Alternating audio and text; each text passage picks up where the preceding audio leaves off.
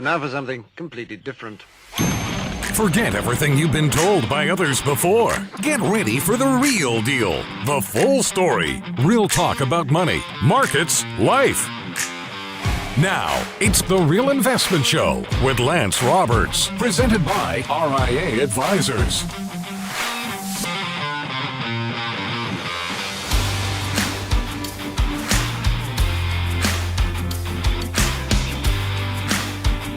And good morning, welcome to the show. It's Tuesday, of course, second best day of the week. John Penn joining me this morning. Good morning. How are you? New post out on Substack this morning, also on the website, realinvestmentadvice.com, talking a little bit about the 50 basis point Fed rate cut. That was, of course, the big issue here over the last few days. We touched on it last week, a little bit yesterday.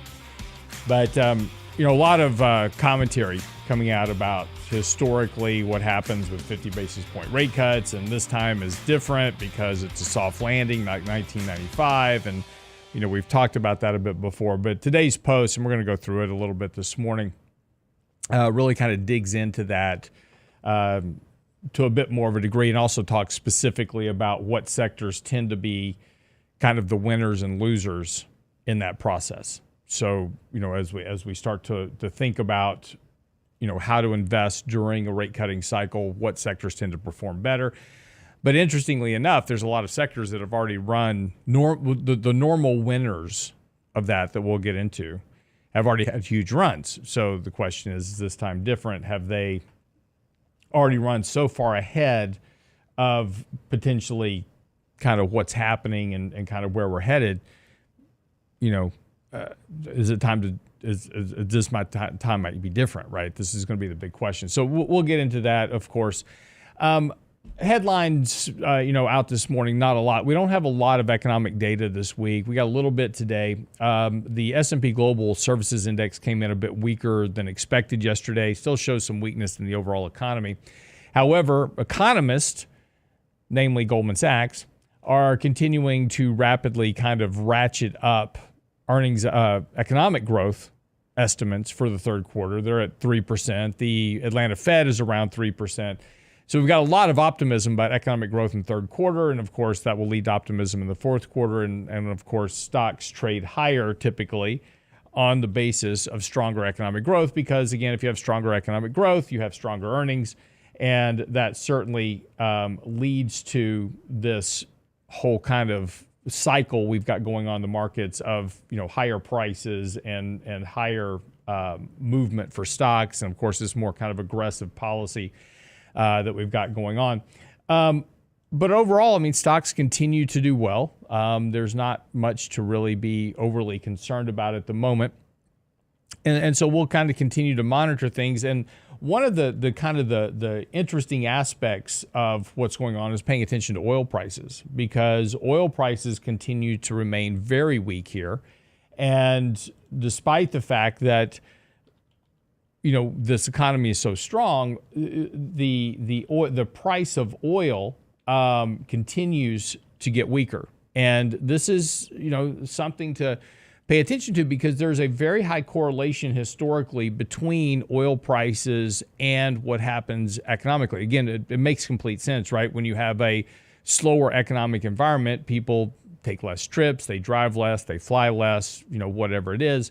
And that tends to erode, you know, the economic demand for energy. And then energy, of course, is a supply demand driven product. So oil prices decline. Well, oil prices continue to suggest that economic data is a good bit weaker than what kind of the headlines say. But again, it's just, we've kind of got this market right now that is very divergent between what we see in headlines and what we kind of know is going on actually within the economy itself. But again, if you take a look at a chart of oil prices, you know, there's just been a lot of weakness in oil prices for quite a while now, really ever since 2022. Oil prices have continued to remain weak. We've had some little spurts of activity here and there. And of course, you know, there was a lot of this, you know, headlines about, you know, Israel and the Gaza, you know, conflict that's going to increase demand if Iran gets involved. And there's been some, you know, saber rattling over that. That's gonna lead to other issues. So here's what you need to know before the bell this morning is that, and you can go back to oil prices because that's what we need to know before the bell this morning, Brent. But oil prices are, you know, have rallied here just in the very short term, rallied a bit and are kind of getting back to overbought conditions. But again, it remains overall very weak. And again, as you know, we kind of look at where earnings are going to go, where we're going to see economic growth head, et cetera. This decline in oil prices is worth paying attention to. And again, this is what is kind of, you know, undermining some of the more exuberant outlook for earnings going into the fourth quarter of this year and then into really 2025. Next year, they're expecting right now, analysts are, an 18% growth in earnings between Q4 and the end of 2025, so 12 months forward. But oil prices are certainly kind of undermining that idea, at least as right now, because of its relationship to both inflation as well as to economic growth. So again, as the Fed is cutting rates, there's a lot of expectation that, you know, things are going to take off to the moon. But again, one of your primary economic commodities is oil. And that certainly doesn't show the relative strength that you would want to see in a much improving economy. Again, you kind of go back and look at this chart, 2020, 2021, right? So you can see that big drop off in oil prices in early 2020 when we shut down the economy, right? Exactly what you would expect. And then we sent everybody checks. Everybody started driving to Home Depot to buy stuff and go drive back home to build, you know, pools and decks and whatever they wanted to buy to build at their house.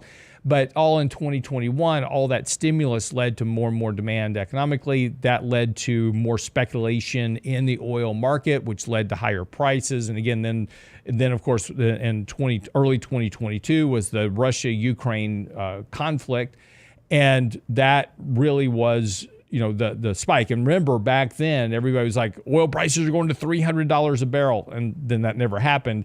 And ever since then, real economic activity has continued to decline as that stimulus and all that money is leaving the system, and continues to show more economic weakness than economic strength. And again, this is going to be one of the factors that ultimately plays into the stock market. And again, if we kind of look, you know, at the stock market itself, and this is, you know, kind of the key thing here, is that right now there is no concern whatsoever the stock market, breaking out to all-time highs. We've been kind of wrestling with this for the last couple of days. But again, it's just simply a function right now that the markets are continuing to do well.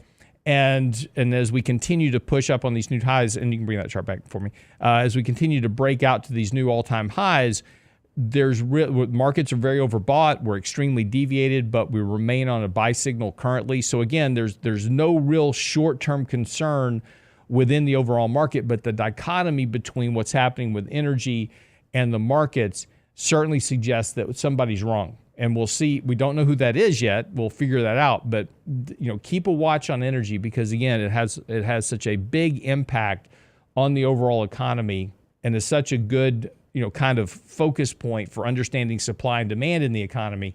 There's that relationship between oil prices and the market should at some point start to play catch up. Either a really good rally for oil, or we're going to get a correction in stocks, one or the other. So, all right, quick break. We'll come back after the break, pick up with John Penn, talk a little bit about the 50 basis point rate cut. Who wins normally, and have they already won? We'll talk about that next. Don't go away.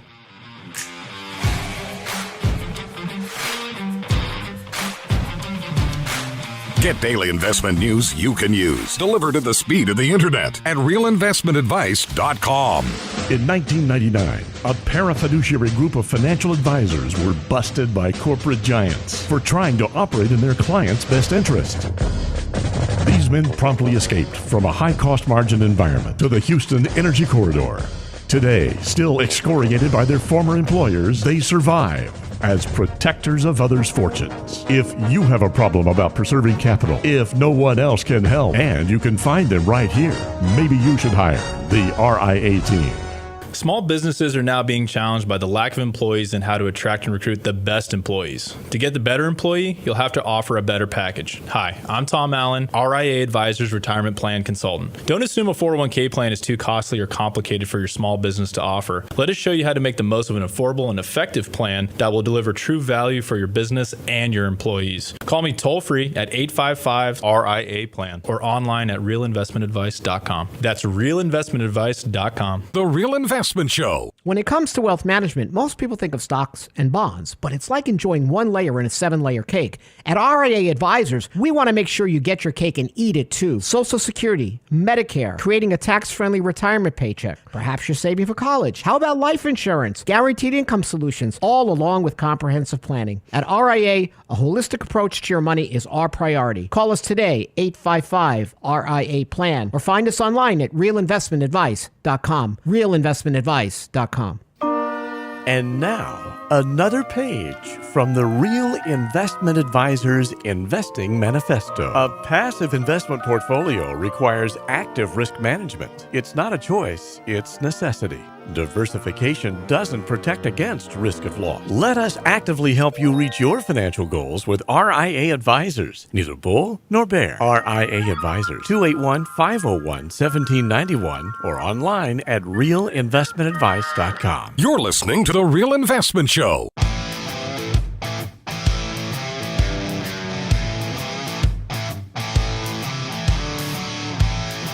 And welcome back to the show. Good morning, John. How are you? Good morning. How are you? Excellent. Good, thanks. Excellent. Good.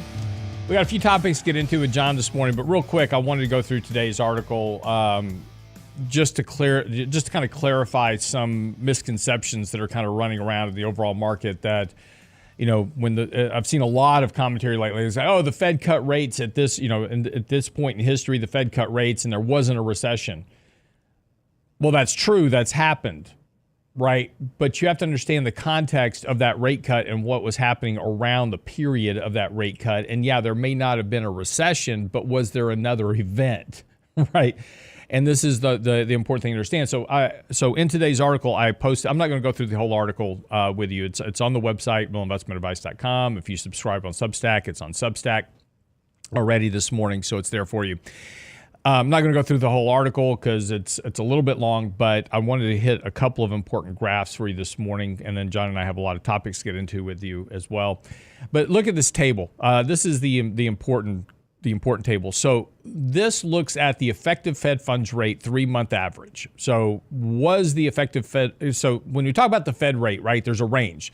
5% to 5.25%, 5.25% to 5.5%, right? There's a range.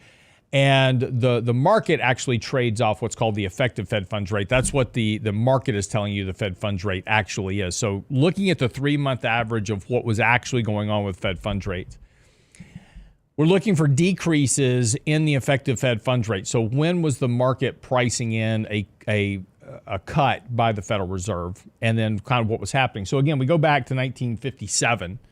I'm not going to go through all these, but you're going to get the idea.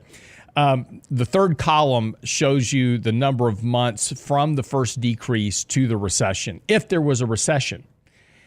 The next column over is what events were going on or around that rate cut. So again, 1957, the effective Fed funds rate was 2.6. In 3 months, you had a recession and a bear market.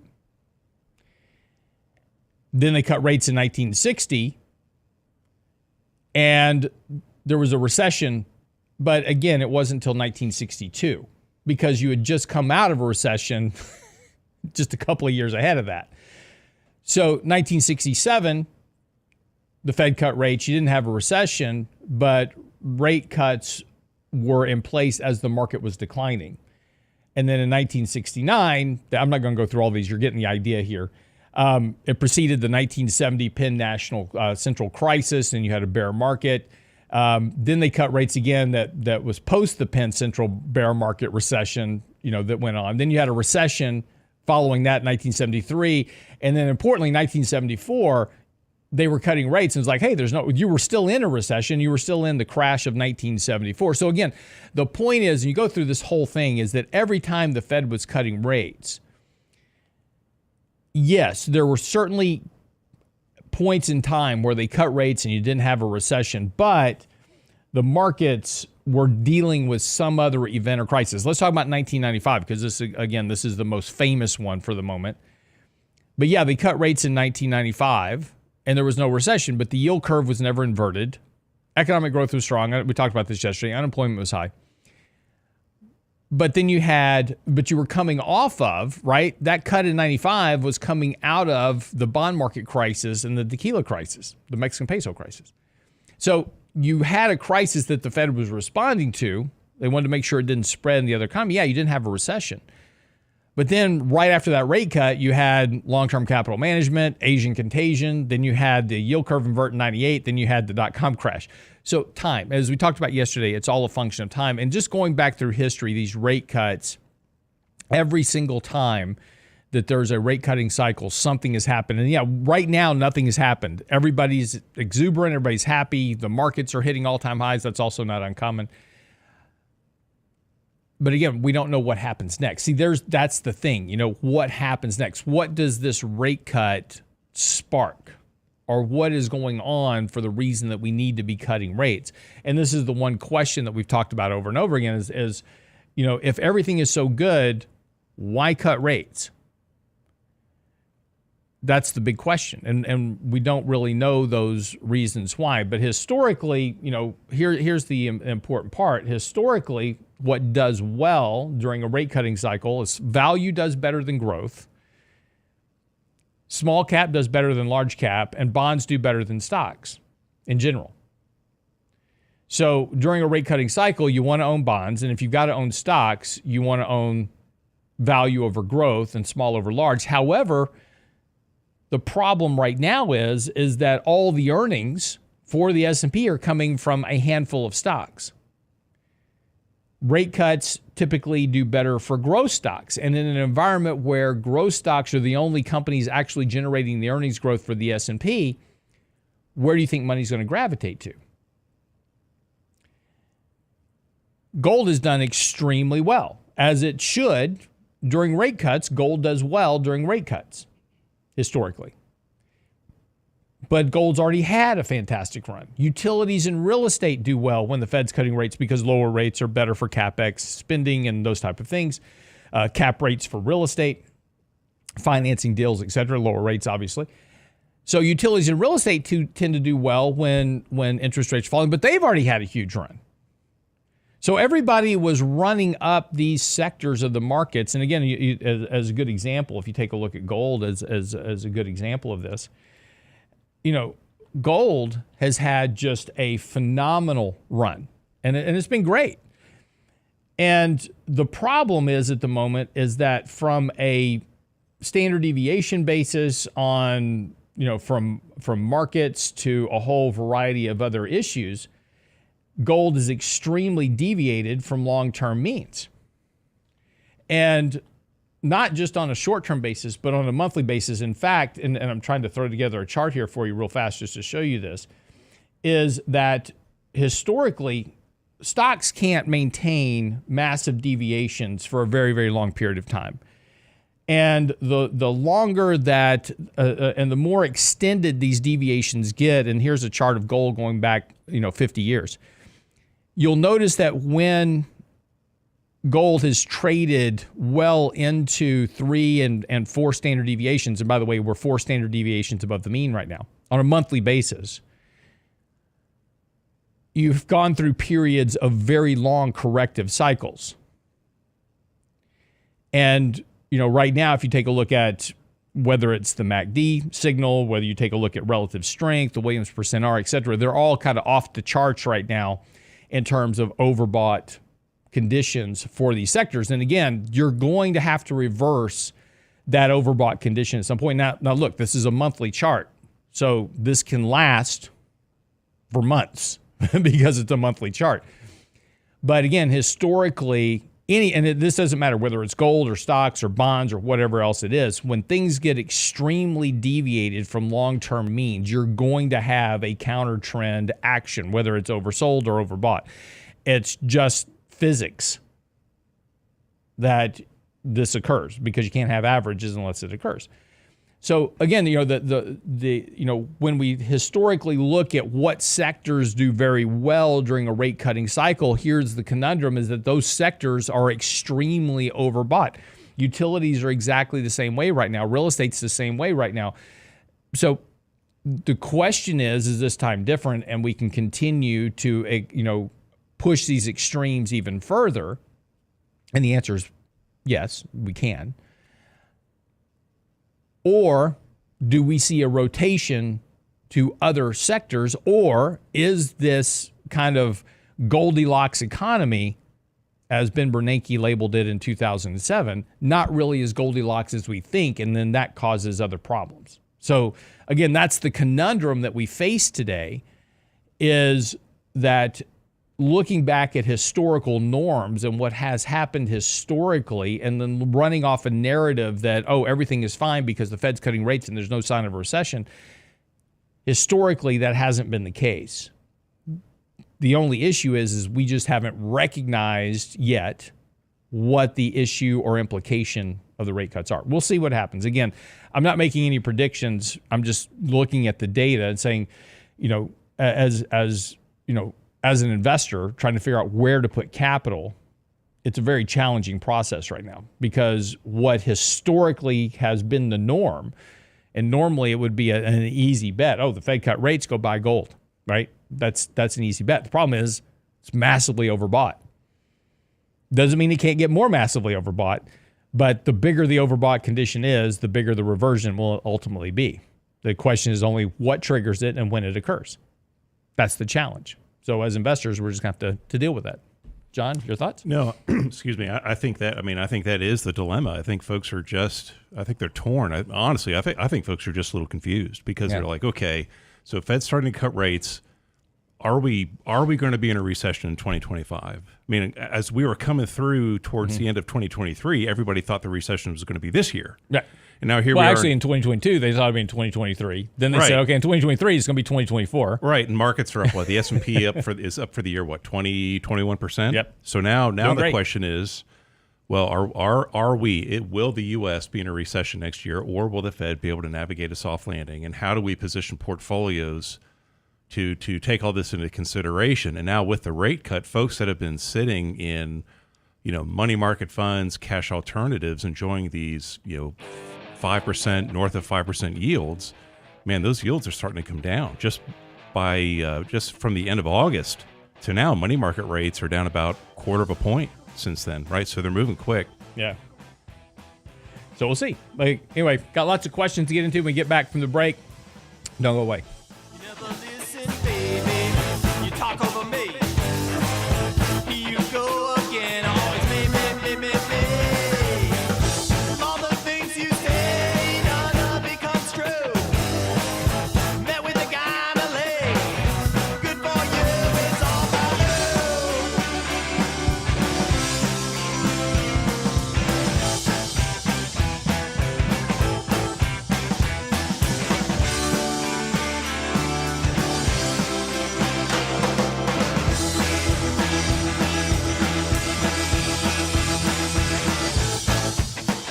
The Real Investment Advice blog. It's required reading for the informed investor. Catch it today at realinvestmentadvice.com. Oh, Red, I declare, I plumb missed that candy coffee. Whatever am I gonna do? Don't you worry, little darling. We'll watch it again on our YouTube channel. Why, Red, I never. The Real Investment Show YouTube channel has all of our past presentations, from Candid Coffee and Lunch and Learn to special topic discussions, and all of our live show recordings preserved for you. Subscribe now to the Real Investment Show YouTube channel, or look for the link on our website at realinvestmentadvice.com. Hi, Lance Roberts here. If you're like most people, your 401k plan represents the bulk of your retirement assets, and unfortunately for many, managing your 401k plan can be difficult. There's so many choices, so many things to consider. With just a quick email, a couple of questions, you can put RIA advisors to work for you managing your 401k plan. Just simply click Ask a Question at realinvestmentadvice.com or give us a call at 855-RIA-PLAN. That's realinvestmentadvice.com. The Real Investment Show.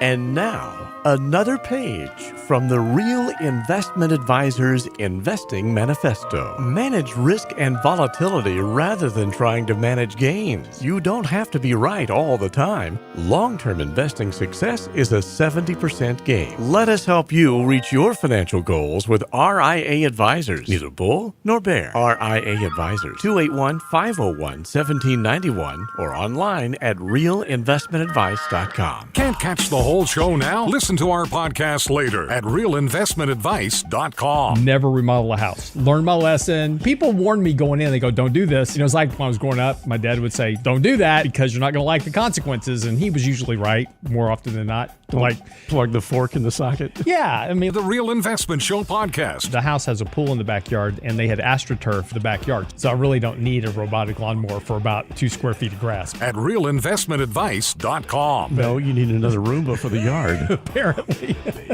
Apparently. When it comes to wealth management, most people think of stocks and bonds, but it's like enjoying one layer in a 7-layer cake. At RIA Advisors, we want to make sure you get your cake and eat it too. Social Security, Medicare, creating a tax-friendly retirement paycheck. Perhaps you're saving for college. How about life insurance, guaranteed income solutions, all along with comprehensive planning? At RIA, a holistic approach to your money is our priority. Call us today, 855-RIA-PLAN, or find us online at realinvestmentadvice.com. Realinvestmentadvice.com. Health and financial security touches everyone within your organization. Offering benefits for all doesn't need to be complicated. Hi, I'm Tom Allen, Senior Benefits Consultant at RIA Advisors. RIA Benefits provides independent expertise to find solutions that speak to the mission of your business, the culture you want to establish, and the budget you are able to work within. Book a free consultation with me at realinvestmentadvice.com/retirement, and we'll find a solution that takes care of your most important asset, your people. realinvestmentadvice.com/retirement, realinvestmentadvice.com. The Real Investment Show YouTube channel has all our videos ready for your easy access, like Technically Speaking Tuesday, Financial Fitness Friday, and the latest analysis from Lance Roberts and Michael Leibowitz, plus each day's radio shows. Subscribe and bookmark our YouTube channel at realinvestmentadvice.com. You're listening to The Real Investment Show.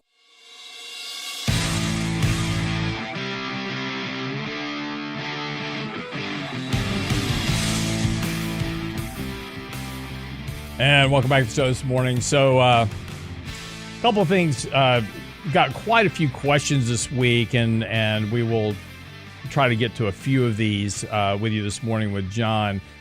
But, you know, it's interesting just, you know, talking about, you know, goal. And look, everybody gets very attached to their investment, especially when it's working, right? So it's just, you know, when it's going up, it's like, you know, I'm making money and it's going to go up forever. And things just don't work that way. Just as a good example, just using gold is, again, since that was kind of our topic of conversation, of course, it immediately sparks a lot of conversation about this, in our chat channel as well, because there's a lot of you that own gold in the chat. So, let's go back to this chart. I'm going to pull up a 75-year chart. My gold chart only goes back right now to 1968. So stock charts only has the data back there. I've got longer charts going back to 1900, and it shows you exactly the same thing. But here's the important thing is that big surges in gold prices lead to long-term bases. And again, you can have a big surge in gold for whatever reason, and whether it's an economic reason or just, and remember that gold is just a commodity. So it has no fundamental base. It's not money. It's not a replacement for money because you can't use it for money. It's a commodity, and it's driven by supply and demand of options traders on the NYMEX. That's what drives the price. So again, that's the important consideration. So these rallies can last a very, very long time. But when they get very overbought, and again, this is a monthly chart. So just, remember that a monthly chart is the chart doesn't change for an entire month. So when things are occurring, these are very long periods. These are years that this can go on. And we've had a very, very sharp rally, one of the sharper rallies in history as of late. But rallies lead to corrections. Corrections lead to long-term bases.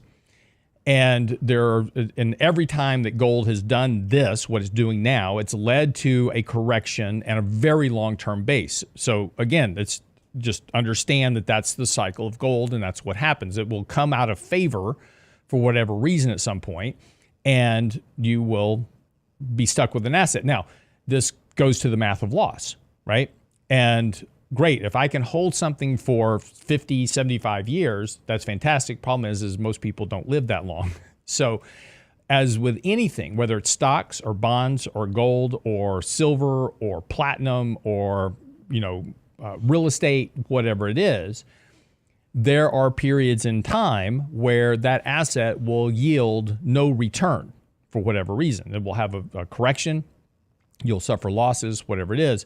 And this is why understanding the math of loss is so critical, and then why we just talk about regularly a healthy process of risk management, taking profits. When things are running up, take some profits, rebalance back to your target. It doesn't mean sell everything. It just means take some profits, rebalance back to your target, let the thing continue to run. NVIDIA is a great example. We've owned NVIDIA for a long time. We've continued to, from our original position that we bought into our portfolio and into our portfolio model, we've sold that stock numerous times along the way. We no longer have any of our principal capital in NVIDIA. So it's all just house money at this point because it's run up so much. Would I have been better off just to hold the position and just let it run? Yes, I would have been. But at any point, that stock could come out with bad news or bad earnings, or something would happen, and maybe the AI trade didn't turn out to be whatever it was, and the stock could be down 50% very quickly, and then we're stuck with it for a while. And that's not good risk management, right? So I'm not trying to capture every single bit of upside. What I'm trying to do is create money along the way. My job is to create money and wealth over time, and that doesn't mean trying to encapsulate and capture every single position. Look, we have a portfolio that owns gold in it, and it's doing great. But we've taken some profits in it along the way. Rebalance back to target, holding it, letting it run, let us do the thing. But if we wake up tomorrow and something happens and the price of gold has fallen by 30% overnight for whatever reason, then it's okay because we've already taken profits and we've already booked some of those gains. We've already rebalanced back to target. So our risk is minimized in the portfolio. So it's okay to be emotionally attached to something. We all get that. But the math of loss is incredibly important. And again, I just wrote an article about this just last week, as a matter of fact. And this is one of the great myths of the markets. And it's called market declines and the problem of time. And this is one of the charts that gets shoved around by financial advisors on a regular basis. This chart was put out originally by First Trust. And every time markets are going up and people talk about corrections, they go, oh, don't worry about corrections. Corrections are no big deal, right? Look at this chart, right? Corrections are no big deal. right? Look at this. I mean, you've got, periods in time where the market's up, thousands of percent. And then you've got those little down periods, those little gold bars. Those are the corrections in the market. See, the corrections don't matter. They're so small, you can barely even see the corrections that are on there. But this is the world's most deceiving chart. Because what these charts don't tell you, or what this chart, skews, is that, yes, first of all, the corrections are very rare, right? Corrections of more than 10% of the markets only happen 13% of the time over time. Over the going back to 1900, 13% of the time, corrections of 10% or more only happen 13% of the time. The rest of the time, the market's making gains. But if we convert that chart from First Trust into point loss versus percentage loss, all of a sudden there's a very different chart that appears. And that's because a 50% loss wipes out will generally wipe out all of your gains, right? Because it's not a function, it's a function of math. If gold, here's a good example. Let's use gold as a base here, since it's our conversation at the moment. Let's just say gold is $1,000 and it goes to $10,000, right? So I've got this massive 9,000 point increase in the price of gold. $9,000, 9,000 points, however you want to calculate it. So I've got this 9,000, so I'm feeling really good about this. So what do I care if gold corrects by 50%? Well, I don't go from 9,000 to, 8,500, right? It's not 50 points, it's 50% of the ending value. So that 50% correction takes me from 9,000 all the way back to 4,500. So I've wiped out a huge chunk of my gain on a 50% correction. And then the problem is getting back to even requires a 100% rate of return. And this is why risk management, and this is why we talk about it kind of ad nauseum, but this is what gets lost when people get very amped up about a particular position or a particular market, whatever it is that you forget about the fundamentals of how things work within markets. Technically, price is a reflection of sentiment. That's it. So when everybody wants to own something, and again, be fearful when everyone is greedy, be greedy when everyone is fearful. Right now, everybody's greedy, whether it's stocks or bonds or gold, whatever it is, everybody's greedy right now. Warren Buffett is raising cash for a reason. John, I'll quit talking. No. I mean, so you're so right. I mean, there's so many times where I'm having conversations with folks and, maybe there's a position that somebody has held on to and they're down 50%. And I said, well, John, I just need to get back to break even on that. I just need to get back to break even. I just need to go up another 50%. And I said, no, hold on a second. You actually have to double your money. You have to have a 100% return to get back to break even. That kind of changes the thought process here. But how can you even avoid getting yourself into that position? And that goes exactly back to what you were just talking about, Lance, is managing risk in your portfolio along the way. And I kind of think of this about gardening, or when you have different types of trees or plants out in the garden, and you're harvesting vegetables, you're taking fruit off the tree, you're kind of pruning them along the way. You're not ripping the tree up out of the ground unless there's a problem, right? Unless there's you need to rip that tree out of the garden and replace it with something else, like a position in the portfolio, the same thing. But manage these positions along the way. And I can't tell you how many times folks have gains in certain positions. Well, I don't want to trim that. I have to pay tax on that, Lance. Mm-hmm. I don't want to trim that. I have to pay capital gains.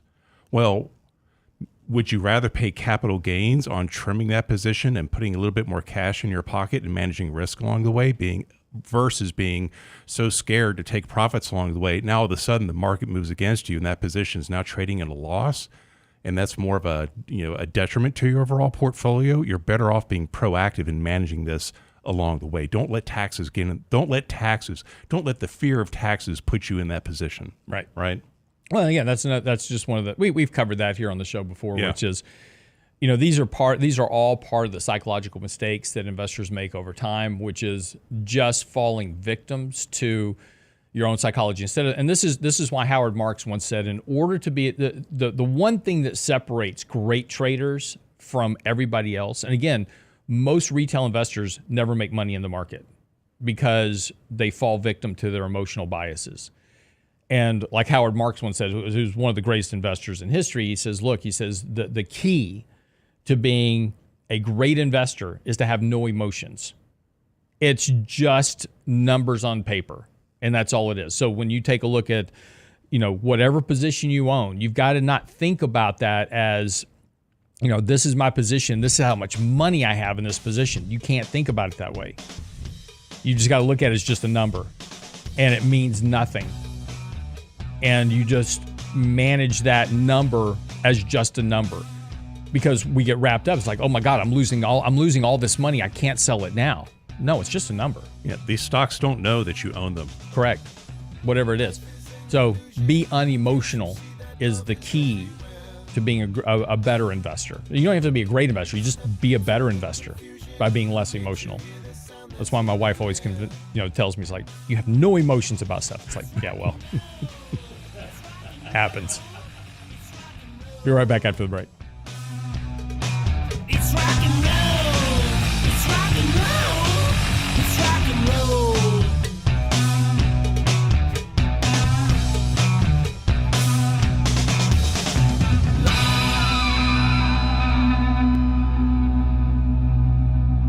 Get daily investment news you can use, delivered at the speed of the internet at realinvestmentadvice.com. The Real Investment Show YouTube page has all of our videos ready for your easy access. From 3 minutes on markets and money to each day's radio shows like Technically Speaking Tuesday, Financial Fitness Friday, and the latest analysis from Lance Roberts and Michael Leibowitz. Subscribe and bookmark our YouTube channel for The Real Investment Show, or just click on the show links at realinvestmentadvice.com. When it comes to wealth management, most people think of stocks and bonds, but it's like enjoying one layer in a 7-layer cake. At RIA Advisors, we want to make sure you get your cake and eat it too. Social Security, Medicare, creating a tax-friendly retirement paycheck. Perhaps you're saving for college. How about life insurance, guaranteed income solutions, all along with comprehensive planning? At RIA, a holistic approach to your money is our priority. Call us today, 855-RIA-PLAN, or find us online at realinvestmentadvice.com. realinvestmentadvice.com. The Real Investment Show. Small businesses are discovering that attracting and retaining top talent come down to more than just salary. In today's highly competitive job market, compensation is more than just wages. Hi, I'm Tom Allen, RIA Advisors Retirement Plan Consultant. Healthcare and retirement plans can make the difference in hiring and retaining the best employees. We can show you how to build an affordable, effective employment package that delivers true value for your workers and your business. Call me toll-free at 855-RIA-PLAN or online at realinvestmentadvice.com. And now, another page from the Real Investment Advisors Investing Manifesto. Bulls win in bull markets. Bears win in bear markets. Eagles soar above and take advantage of opportunity. Let us help you soar as you reach your financial goals with RIA Advisors. Neither bull nor bear. RIA Advisors, 281-501-1791 or online at realinvestmentadvice.com. You're listening to The Real Investment Show.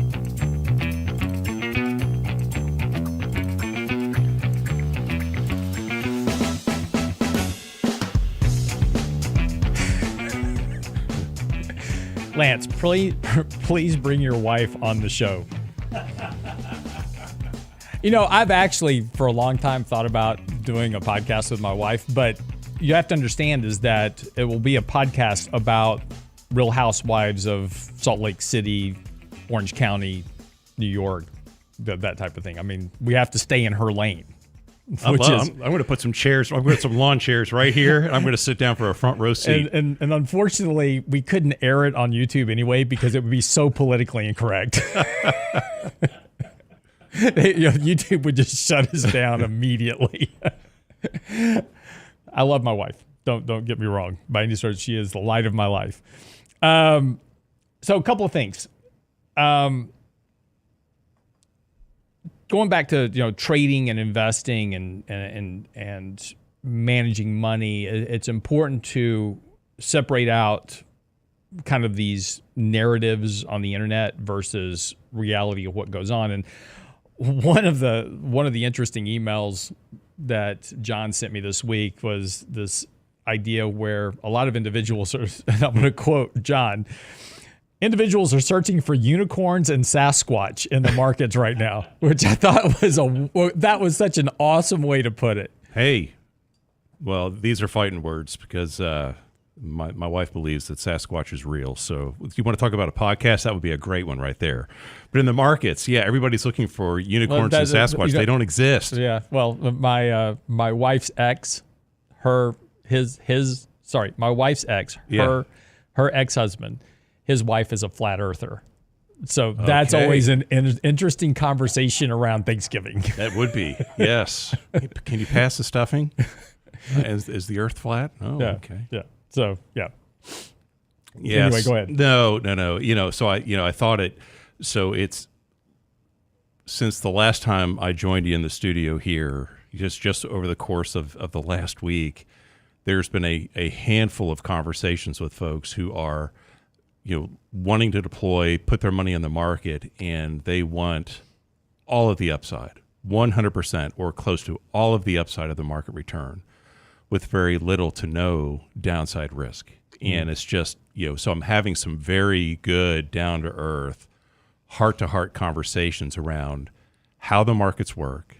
And let's have some realistic expectations about, how they work. And then at the end of the day, what is your true tolerance for risk, right? Because sometimes I'll hear, oh gosh, hey John, I can take, if markets are down 10%, you'll never hear from me. You'll never hear from me. I can take risk. If the markets are down 10%, you'll never hear from me. Well, guess what? When the market's down 10%, who's the first person I'm going to hear from? It's you, right? And that's okay. But you have to get an idea about, hey, if you want 100% of the upside of the market, you have to realize that there's not an investment out there that exists, at least that I have found yet, that will give you 100% of the upside with very little to no downside risk as far as equity returns are considered. So again, I thought unicorns and Sasquatch were a perfect quote for this. That's great. That's where my mind was in that moment, right? But that kind of brings up the point. There's another email I get is, well, why don't I just put all my money in the S&P index? It just goes up, right? And I think there's a place for that. If you're young, and I tell people this all the time, I get emails from people that are like, I'm 27 years old, I'm single, I've got no kids, and I want to be wealthy when I grow up. What stock do I need to buy? You don't. You just start putting 30% of your income every month into an S&P index fund and don't look back for 40 years. And when you retire, you're going to be great, right? Sure. Because you have time on your side. You're going to go through a bear market. You're going to dollar cost average right through a bear market, but then you'll come out on the other side and you're going to be just fantastic. If you're 50, it's an entirely different story because you don't have the time, as we were just talking about the math of loss and when things are extremely overbought, this is when you need to be a bit more careful because you don't have the time to go through a corrective cycle and then come out on the other side of it. That's it. And so, I got that very question last week where it was like, John, is there anything wrong with me investing in the Standard & Poor's 500 index or using a portfolio of index funds to manage my portfolio? And I said, absolutely not. There's nothing wrong with that. But here's what we have to think about. So let's think forward a little bit. So in a year like 2021, in a year like this year, where markets are having a very good year, you're going to feel great, because you're going to see your portfolio value rising on a regular basis. But most recently, let's just go back to 2022. Fed was raising rates. You had some geopolitical issues going on. So S&P 500 in 2022 was down 18%, give or take. How are you going to feel when that happens? Are you going to, in that moment, run away from the market and say, get me out, get me out, get me out at the absolute wrong time? Or will you have the emotional strength to run towards that and say, hey, you know what? The market's on sale. I'm able to pick up things at better prices, so I'm going to deploy more of my capital into the market. And you've got to be real with yourself there. If you say, oh, yeah, John, I can do it. I can buy low. Okay. Well, when that happens, let's have a conversation around it, because most of the general investing public will run away from the market at that time. So you gotta really check your emotions there and really kind of figure out what type of investor are you and how are you going to handle the ebbs and flows of the market if you're using a portfolio of index funds? Nothing wrong with them. Right. It's just how are you going to handle it when markets are pulling down, right? Well, no, but again, this goes back to that whole emotional side, the things that we do wrong, right? Right. When markets are going down, we don't want to buy anything. And when markets are going up, we want to buy everything. Right. Right. And we should be doing exactly the opposite. And that's kind of the hard thing, to do. By the way, we have over 600 people right now watching the live stream, and we have like 120 likes. Hit the like button for us, man. Let's get some likes going. We need some likes, right? It helps push it in the algorithm, and we're trying to grow this channel a little bit so we can do some other stuff we want to do, but we need your help. So please like the channel. If you don't like the show, then don't like, right? It's okay. But if you like what we're doing, then hit the like button for us. We appreciate it. It's your fee for entry. We'll charge $1. So anyway,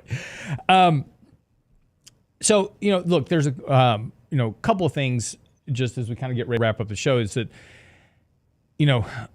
one of the big concerns is, and again, John kind of brought this up, is that every year everybody's expecting a recession next year, right?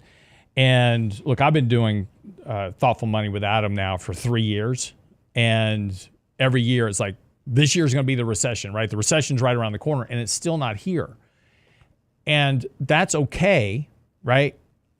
We're going to have a recession at some point. But one of the things we've talked about before, John, is that people misconstrue recessions. Right now, for many investors, their only memory of a recession is the financial crisis. That's right. So every recession is now the financial crisis. Like, oh my gosh, look what happened during the last recession, And yes, we had the recession during the pandemic shutdown, but that was an artificial recession. We caused it, right? That wasn't a natural recession. So anybody's memory of a recession is this massive 50% drawdown. That's not most recessions. Most recessions are kind of mild events. It's an economic slowdown, 2-3 quarters of negative growth. And then the market kind of gets back on its footing, right? Earnings decline a bit, et cetera. So it's important not to construe every recession as the next major market crisis. Will we go through a very long period of low to potentially negative returns? Yeah, that's going to happen. We're going to go through another stretch like we did from 2000 to 2013 where markets just returned zero for 13 years. That's going to happen. Now, it may not happen for 1 year or 2 years or 5 years from now. We've been in a very long, this secular bull market that we're in, which started in 2009, is getting a bit long in the tooth, right? But it still has about 7 years to go to be an average secular bull market. So 7 years is a long time, and we could theoretically not have a recession over that time frame. Now, there's lots of reasons why we could have a recession. I'm not saying we won't, but anticipating one to occur every year is not a really good way to manage your money. Yeah, I think it's very easy, especially with how often we're bombarded with all of the headlines and all the doom and gloom that's out there, right? Are there risks out there that we all need to pay attention to as investors? Absolutely, right? Mm-hmm. But I think it's so easy for us as individuals, as humans, because we're just wired this way emotionally, to let those headlines drive us into the bunker. We get into the bunker. I'm in that bunker mentality. I've been in the bunker, John, since 2008. I've never gotten back in. I've been in cash this whole time, waiting for the big one, waiting for the absolute perfect right time to invest. And as long as I've been doing this too, I've never really found the perfect time to invest. It's easy to go back and look at the charts and go, oh, I should have just invested here and there. And here, well, that's all hindsight, right? Yep. We got to look forward. Here's your situation that you're in today, and how do you need to deploy your capital so it can support you moving forward, so you can do the things that you and your significant other, your family, your loved ones want to do, right? And so, at least, I haven't found a perfect time to invest yet.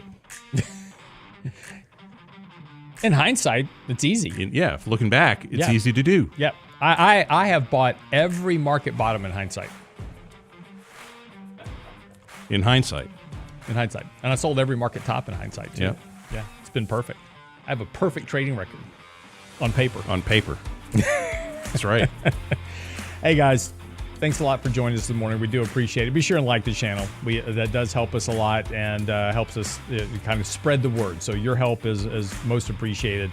Again, if you haven't subscribed on Substack yet, we're now posting on Substack as well as our website, realinvestmentadvice.com. The latest blog post is out.